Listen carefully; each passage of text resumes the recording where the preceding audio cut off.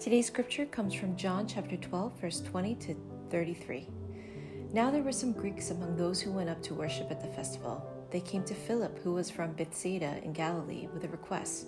"Sir," they said, "we would like to see Jesus." Philip went to tell Andrew, and Andrew and Philip in turn told Jesus. Jesus replied, "The hour has come for the Son of Man to be glorified. Very truly I tell you, unless a kernel of wheat falls to the ground and dies, it remains only a single seed. But if it dies, it produces many seeds. Anyone who loves their life will lose it, while anyone who hates their life in this world will keep it for eternal life. Whoever serves me must follow me, and where I am, my servant also will be. My Father will honor the one who serves me. Now my soul is troubled, and what shall I say? Father, save me from this hour? No, it was for this very reason I came to this hour. Father, glorify your name." Then a voice came from heaven, "I have glorified it, and I will glorify it again." The crowd that was there and heard it said it had thundered. Others said an angel had spoken to him. Jesus said, "This voice was for your benefit, not mine. Now is the time for judgment on this world. Now the prince of this world will be driven out, and I, when I am lifted up from this earth, will draw all people to myself." He said this to show the kind of death he was going to die. This is the word of God for the people of God. Thanks be to God.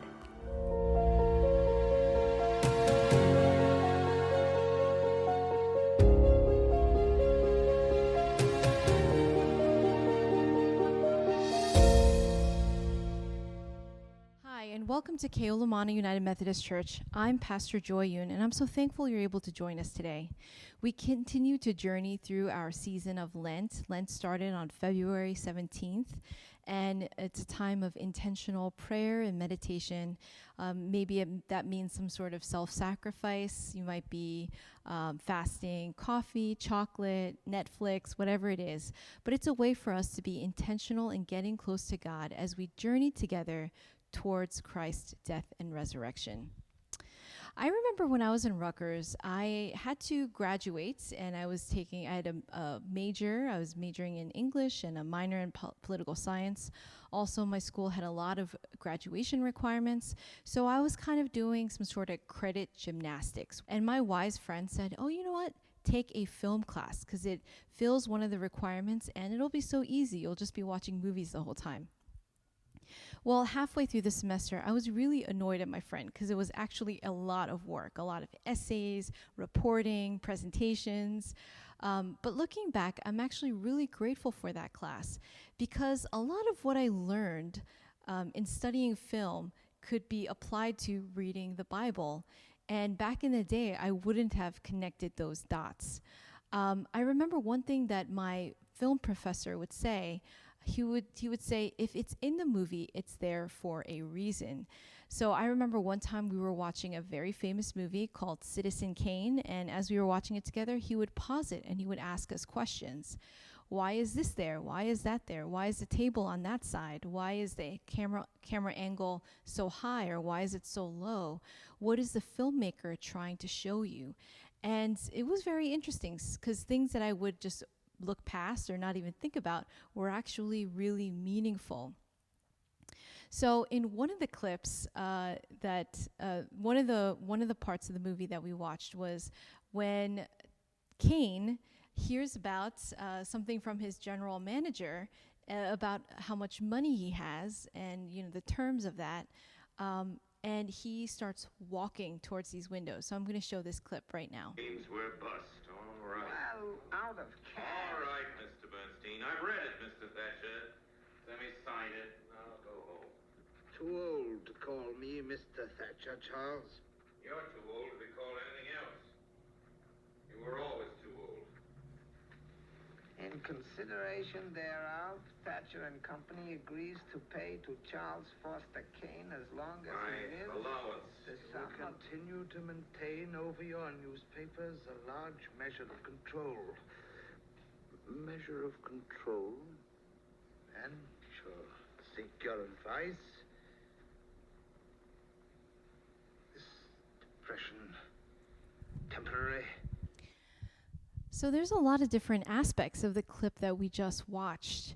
It makes you feel different things. You know, you think that they're in a small room, but they're actually in a huge Manhattan skyscraper. And you see that as he's in this huge room and he seems really small, but as he comes closer, he actually seems like a bigger person, because we hear that he's going to keep his money. He's still very wealthy. And you start to feel certain things about Charles Kane. And the filmmaker would show us these things. Now, when I think about today's passage and the book of John, it's very similar. You know, the book of John is trying to show us specific things, and everything is there for a reason. In the book of John, it starts off with a theological statement in John chapter 1. We see that Jesus is the Word, that Jesus is God with us. And the rest of the book explains this theological statement in John chapter 1. So throughout the book, Jesus has a lot of different interactions with religious institutions and traditions, with Jewish institutions and traditions, such as the Sabbath, the Feast of the Tabernacle, the Passover, a rabbi. He has a conversation with someone at the well, which is very important. In the Old Testament, a lot of things happen around the well. And as he is trying to explain who he is, and he does all these miraculous signs, people don't really understand who he is.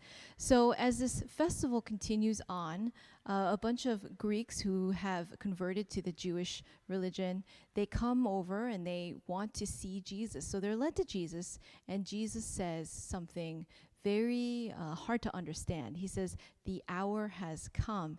And then he goes on and explains, unless a head of wheat falls, it is just a single piece of grain. But if it dies, it bears much fruit. And he's not making an agricultural statement or a horticultural statement or anything. He's talking about a spiritual principle. And that leads us all the way back to Genesis 1, if we think about it, or Genesis 3, when Adam and Eve eat the fruit. You know, they eat the fruit and they choose their own will, what they want over what God wants. And it obviously creates a very messy situation. You know, sin enters the world. And God gives each Adam and Eve a specific punishment based on their genders. Now, these are gender roles of the ancient world. So for the man, he says, you will have to toil the earth in order for anything to grow. For the woman, you will have to experience great pain in childbirth. Now, why is this important, and why does it bring us to our passage today? Because that's a spiritual principle that any Jewish person would understand as they were reading the Gospel of John, that in order to give birth to anything in this sinful, broken world, it's not accomplished unless it's done in pain. And that's why, all throughout the Old Testament, they would offer sacrifices as a form of atonement for their sins. Now, Jesus is referring to himself in this, that he is the sacrifice.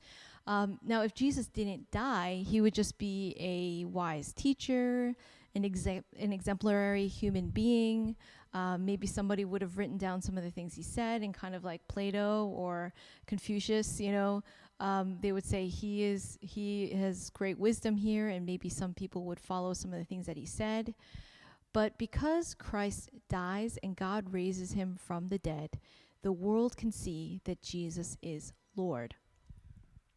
And then from there, he tells us that we too need to sacrifice our lives. He says those who love their life will lose it, and those who lose their life for my sake will find it. And what he means is, when he says hate, those who love their life will lose it. Those who hate their life, right? Hate actually means to love a great deal less, right? He's not talking about self-harm or anything like that. He's talking about how if you orchestrate your life around yourself and your plans and the way you want it to look, and you are the center of your existence, accomplishing your goals, or maybe your kids growing up the way that you want them to grow up, or whatever that might look like, Jesus is saying you will be really disappointed because you will never get what you want. But if you follow me, you will tie your life to something greater than yourself. Yes, that requires dying to yourself. It requires sacrifice. It requires maybe not living or doing the things that you want all the time. But in return, you find the life that you were meant to live. And that's what Jesus is talking about here. So then in the next part of our passage, Jesus talks about how he feels. And this is really important because we kind of get a behind the scenes look of what Jesus is feeling in his death and resurrection. So today's passage is in John chapter 12. If we look at John chapter 11, he raises Lazarus from the dead. And we get a behind the scenes look of what maybe God felt when he saw Jesus die. Because when he hears that Lazarus dies, he weeps and he feels compassion for Mary and Martha. And then he goes to the tomb and he says, Lazarus, get out. And Lazarus comes out, and it's almost, very similar to Jesus' resurrection. It's actually a preview or a foretelling of Christ's resurrection. But we also see the pain and the struggle that Jesus goes through that is not explicitly stated as much in the other Gospels. He says, my soul is troubled, and what shall I say? Father, save me from this hour. No, it was for this very reason I came to this hour. Father, glorify your name. So he feels troubled as he's heading towards the cross. He feels this great sense of turmoil. And a lot of what he says just now sounds like what he says in the Garden of Gethsemane. We realize that he was feeling this for a long time. And he hears audible affirmation from God, similar to the baptism where, God says, this is my son in whom I love, with whom I'm well pleased. A voice comes from heaven in our passage today, and it says, I have glorified it and will glorify it again, meaning, God glorifying God's name. So the crowd hears it and is in wonder. And he explains, this voice was for your benefit, not mine. Now is the time for judgment on this world. Now the prince of this world will be driven out, and when I am lifted up from this earth, will draw all people to myself. He said this to show the kind of death he was going to die. So the gospel writer makes it very clear. This is revealing how Jesus is going to die, that in his death, he's going to draw all people. You can imagine every nation, right? Even as the Greeks are there listening to him, that is reminiscent of how people from every tribe, every tongue, every nation state will know that Jesus is Lord.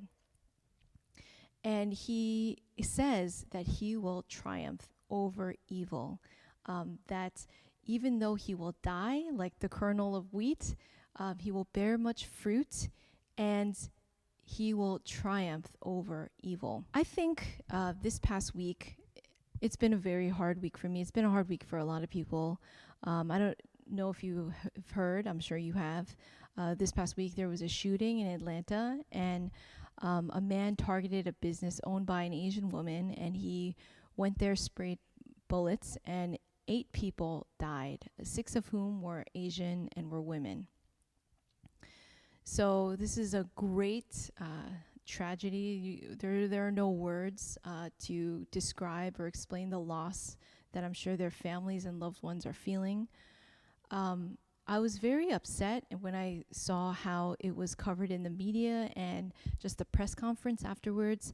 And I was really wondering if it was just me, because I really felt that there was a lot of analysis on the perpetrator and what he was thinking, and he kind of shaped the narrative of what the crime was, as opposed to it being called for what it plainly was. And I was very angry and upset. But then the next day I realized, everybody else is feeling that way, because there was a real outcry in the Asian American community and beyond over how everything was handled. And I think it really also brought to light the plight that Asian Americans are feeling right now, are going through right now. And I'm also, what I was feeling had to do with, the countless attacks that elderly Asian Americans have been going throughout the country. I go on Instagram and I see screenshots of a local news from, somewhere in Texas, somewhere in California, the Bay Area, or Chinatown, or Chicago, and people are just targeting vulnerable, elderly Asian Americans because they are angry about COVID, and they're just randomly targeting these people, thinking that they are somehow getting revenge. I'm not quite sure, but it's very painful to see. Throughout the year, there have been 3,800 document attacks throughout the country, and I just felt very helpless and very sad, very angry, especially as a lot of these people were my parents' age, and my parents live very close to New York City, and I worry for them and their safety. So I was feeling a lot of different things. But as I was reading today's passage, I think I really read it differently because of the events. I see, for one, that Jesus struggled a lot. It's very interesting, the language that he uses. He says, "My soul is troubled, and what shall I say? Father, save me from this hour. No, for this very reason I came to this hour." So, this idea, he's like in physical, internal turmoil, to say that his soul is troubled. And not only that, I see that Christ suffered, on his way to the cross. He was fully human. He felt loss and lonely, and he felt pain and rejection, and maybe he was sad that his time on earth was coming to an end, and maybe he wanted to make a stake in this world like everyone else. And I felt I could embrace the pain and the suffering, or the anger and whatever I felt, and I know that, other people were feeling, because I'm not feeling it alone. And that's okay. I know that Christ felt these things too. And part of it is knowing that it's not just Christ sitting on a throne or some sort of, monarchy, and he swept in and he just righted every wrong. Christ suffered on his way, and that gave me new perspective. This past week I had, I saw, friends reaching out and really sharing love and compassion. I see the communities really rising up and supporting the victims of this tragedy, supporting their families. And I was very moved by that too. And it reminded me, as it says in today's passage, "Now the time for judgment in this world. Now the prince of this world will be driven out. And I, when I am lifted up from the earth, will draw all people to myself." That in the end, Jesus will triumph over evil. God's work, God's will, God's movement will triumph. I believe that God is moving and is somehow will work through the pain, the sin, and the tragedy that befalls us on earth sometimes. And I want to say that if you are feeling alone, I pray that you know that Christ sees you, Christ hears you, Christ loves you, and you can find new life in him. Amen. On Jordan's stormy banks I stand and cast a wishful eye to Canaan's fair and happy land, where my possessions lie. I am bound, I am bound, I am bound for the promised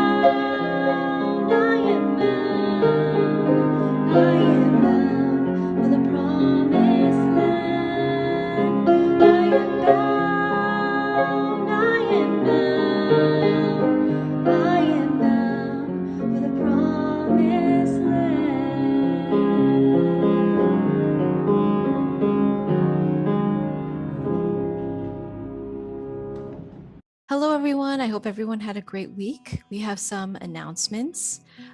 So, the first announcement is we were able to provide food for 5 families for a family promise through our outreach committee, and that was a great experience. I'll be showing a little clip of what that was like, putting the food together. And I hope as we continue our support of this organization, the church can continue to get involved and support Family Promise in this way. If you haven't already, please fill out the reopening survey. So far, we got 12 responses, which is a good number, but not enough for us to really start planning. So if you have not completed the survey, please do so. If you're thinking you're filling it out for you and your spouse or something like that, or you and your children, I really suggest that you each individually fill one out. And if you have a child over 13, I would be happy to hear what they have to say as well. We're going to have an Easter egg hunt on Easter Day, so April 4th at 2 p.m. We're going to have something for our younger Kiki where they just pick up the Easter eggs. It'll be all outside, and everybody has to wear a mask. And there will be a scavenger hunt for older kids. So we're going to have that event April 4th at 2 p.m. We will also require everyone to sign a waiver as you walk in, just for precaution and just because that's what our denomination is wanting us to do. So we're really excited we're able to have this event. It's going to be completely outdoors, and it'll be really great gathering and celebrating Easter in this way. Also, we have our youth and young adult Bible study this Thursday at 7 p.m. So if you are a youth or young adult, or you have kids that are, please mark that on your calendar. We have an advanced lay class that's being offered from Tuesday, April 6th to May 4th, every Tuesday from 6 to 8 p.m. So if you are interested in taking an advanced lay class, please email Winnie Ching and I'll put the information in our announcements. Our Methodist history class continues. We are down to our last 2 sessions. We have a session this Wednesday, and next Wednesday we're going to be covering American Methodism and the birth of the AME Church and circuit riders. So please join us for that. It's going to be a lot of fun, and other churches are joining in as well. So it's a really great opportunity to learn together. And lastly, we have our Zoom prayer coffee hour. So please join us for that. We definitely want to come together to pray for all the things that have been happening this week and in our country. Oh, one more announcement. The Salvation Army is accepting donations, financial donations that will go to help victims of the flood in the North Shore and all throughout the island. So I'll be putting that link in our worship bulletins. So if you are looking for a way to support and help families whose homes have been flooded right here on our island, you could click that link and it'll take you there. Okay, that's all the announcements for this week. I hope everyone has a good week. Bye-bye.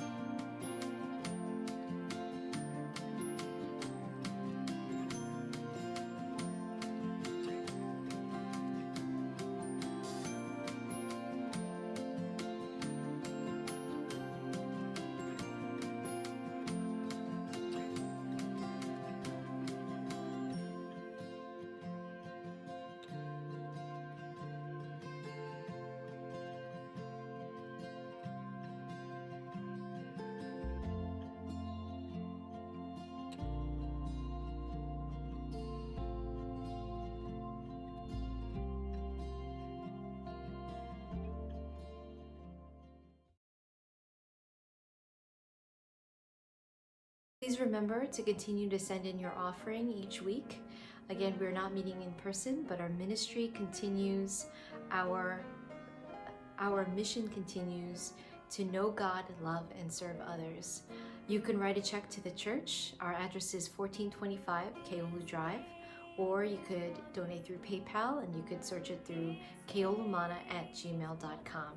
We thank you so much for those of you who have been sending in your offerings, and we ask if you have not done so yet to please do so that this church and this ministry can continue. Thank you. Our Father in heaven, hallowed be your name. Your kingdom come, your will be done, on earth as it is in heaven.